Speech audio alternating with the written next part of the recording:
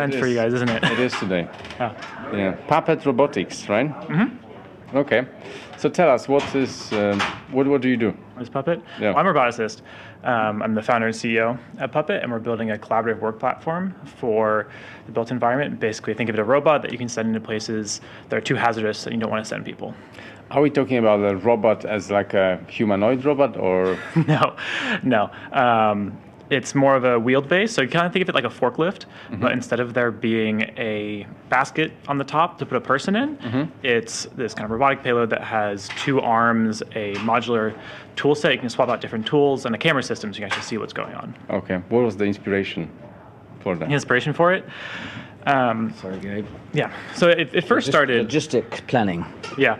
I was actually on a job site tour with a metal stud framer out in Indiana, and I was kind of talking to him, and I don't come from construction, so I was kind of like playing kid in the candy shop. I'm like, oh, what's this? Tell me about that. I just love learning. And he had a bunch of guys up doing some metal stud framing up, like 60 feet up in a scissor lift. It's one of those kind of big metal warehousing structures. Sounds scary. Yeah, and we got talking about it, and he was like, actually, we were using electric forklifts because he didn't want to expose his guys to all the fumes, right? They're up there, they're putting in the top track once the roof has already been installed, but other contractors were using diesel, and all of the exhaust from their equipment would pool up at the top of the structure. That kind of cued me into like, oh, there's hazards here with just the fact that they're up high on top of the scissor lift, and like, why do we have to send people up into high places, into containment, into confined spaces? Like, we have the technology now that people can actually just operate robots and do that. And so these robots will be specifically conducting a particular task, or what is the range of tasks that they can do? Yeah, so we're starting very narrow. One of the things we're looking at first is asbestos abatement, and the vision is that they're more general purpose. They have kind of all of the tools of the trade that you might need. So if we're talking about abatement, you have an adze, you have a scraper, a grinder, all the stuff you need to actually get that material out of there, and so the person can use it for whatever it is they need to do for that specific scope of work. Okay. Go on, you carry on. I'm still catching up. Okay. What are misconceptions about working on heights, perhaps, and in the context of robots, robotics applications? Well, I think one of the kind of big misconceptions I've run into, or kind of maybe the way we've been kind of trained by culture, is that robots have to be fully autonomous and they have to come in and take people's jobs. That's not true. Like, robotics is a type of technology, right? It's a way that we can leverage software to manipulate hardware within the physical world. That doesn't mean that it has to be a product that's designed around fully automating a workflow, right? It can be a product that's designed to take the skill of a labor of a tradesperson and actually augment them, right? I kind of think of it like allowing them to be in multiple places at once. They can still go, they can still apply their craft without having to actually physically be in a containment area 40 feet up in the air, in a confined space. Okay, cool. Did you go into past background experience? No, I just jumped in straight away. Okay, cool. Yeah, how have you got into this? We got that, actually. Okay, what was the answer? Oh, metal stud framer, job site tour. Oh, okay, cool. Okay, so But my background is robotics, so I've worked on self-driving cars, and I was... You didn't do it.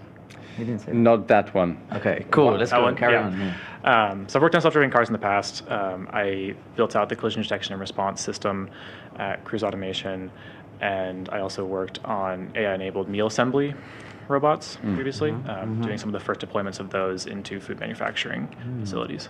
Was it a difficult choice to go from something like that into construction? No. Do you have family or Yeah. So my girlfriend and her family are from construction. So I, was talking to them a lot when I was thinking about this, and construction was really appealing from kind of the team-based nature, the fact that you get to be outside on a job site working in a team. That's something that I always really appreciate, coming from an athletics background, and just this idea of having a project-based structure where there's lots of people around was really appealing to me, especially at the time, when we're deploying robots into food warehouses. these things are refrigerated. There's no windows or big metal boxes, and you're just standing there for 8 hours at a time, watching this robot just. Boop, boop, boop, boop, boop. Very sounds simple, right? For like a warehouse type of robot. An application. Compared to construction, when things are most of the time are different. There's different conditions around the job, weather as well. Control, yeah. Yeah. So- how do you find this? How do you find it in Yeah, the so construction? certainly at first glance it looks really similar, but the thing we ran into in food manufacturing is the really hard piece of it is the actual grasping and manipulation of the food. And at first glance, yeah, that seems like something really simple. And this is another common misconception is, particularly when it comes to robots, like something that's simple for humans, people think will be simple for robots. Turns out even something like scooping food, like, oh, you can take anybody off the street and have them go do that. Well, actually, these people have built up a ton of little skills they're doing. And the way I like to describe it is if you think about how you would scoop like a really heavy and sticky mashed potato versus like a tomato sauce, right? Those are two wildly different motions, right? You take the mashed potato, you kind of want to like flick it and get it to come out, like eject out of the scoop. You don't want to do that with your tomato sauce. Yeah. Okay, yeah. Yeah, it ends up looking like a bit of a crime scene. Like, because we did that a bunch of times in our lab. And those two, we call them motion policies, are very different, right? The like smoothness of the tomato sauce versus this kind of high acceleration movement for the mashed potatoes, wildly different physics involved. And difficulty. it would take, difficult to actually program that into a robot. And at its core, all that is you're moving around the robot arm in 3D space. Yeah. Where you have to get this end effector to do some motion. End effector, that's the, What's the word? End effector. End effector, yeah. Yeah. I don't even know what that is. It's like let me try and explain it, you can correct me. I think it's the piece of the robot which is like the end piece of the robot, which like moves like this, Yeah. right? This It's like the tool on the end, like a hand or end of arm tool is also what you might hear it Like a called. hinge, like a dimensional hinge kind of. Yeah. Yeah. Yes. Gabe, you're solo founder? Like, are you the only founder of the company? I'm a solo founder, yes. Was that an intentional decision, or was it like, were you looking for a co-founder? You could find one, or were you like, no, this is the problem I feel like I want to solve? And It is intentional. Like I know this is a problem I want to solve, and the way I view it is this is something I want to do. This is a problem that needs to be solved. Like I'm going to charge at this. I'm going to make this happen. Like train is leaving the station. We're going.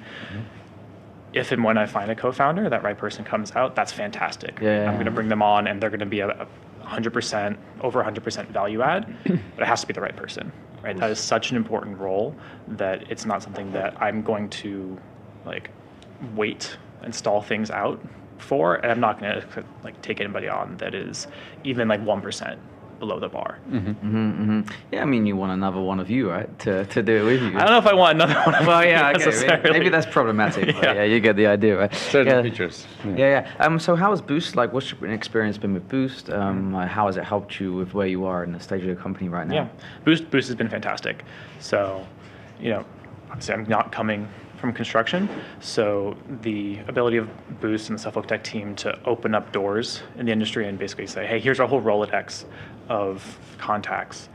Go, whoever you want to talk to, let's go, we'll get you in front of them. So I've done everything from having multiple conversations with insurance brokers about, hey, how would you think about risk mitigation if we were able to take a person out of containment, or if we were taking a person off a scissor lift, down to a couple weeks ago, we did a full week-long roadshow where I brought my proof of concept out and we got it into a couple dozen tradespeople's hands. Like we had the local 7 ironworkers getting hands-on and giving feedback on it, and that is just tremendously valuable this early. Yeah, that's cool. Yeah. Was there anything in construction that surprised you when you were coming into the industry?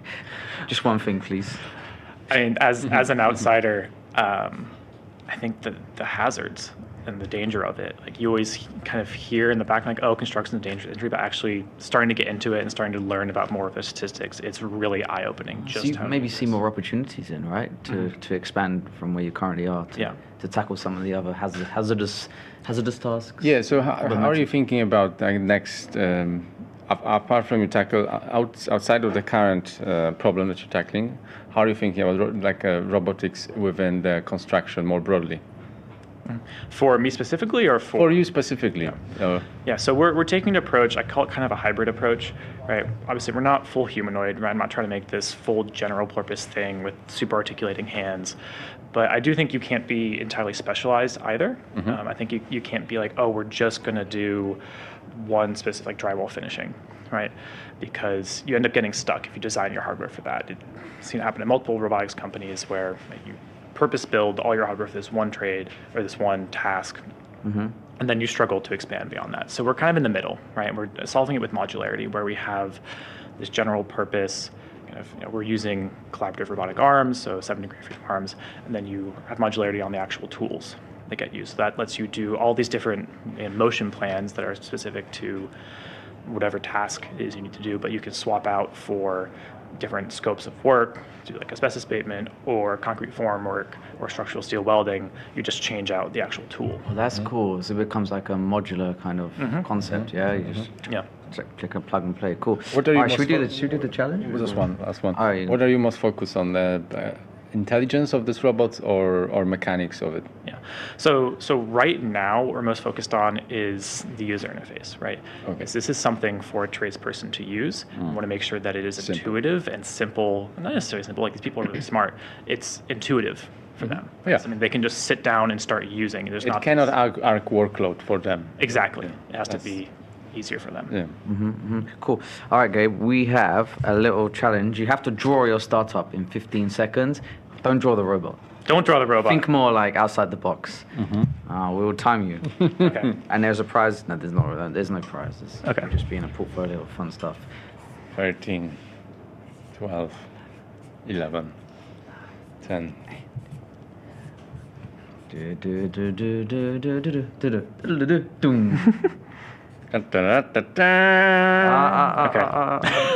more. No more. Okay. Martin, you want to have a go? Guess. Okay, so there's a guy. Ooh. Can you tell artistics is not my strong suit? Help us. So Hang it. Put it yeah, up. We'll give it a put shot. No. Here, what if let me add one thing? Okay, add it.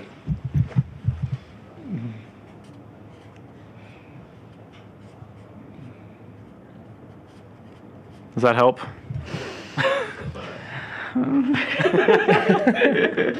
Yeah, totally got it. Yeah, that did it. It's like it's just night and day. Explain quick. Not a Pictionary champion. The idea here is it's a dangerous place, so it's a skull and crossbones is what I'm trying to get that's at. the one. You're taking them out of that, and Yeah. I mean, look, if the focus is building a great startup, then you're in the right place. So Yeah. save this for something else. All right, Gabe. Thank you so much, man. Good luck. Yeah. Good luck Thank this you. afternoon as well. thank you. Thanks. See you later. Yeah.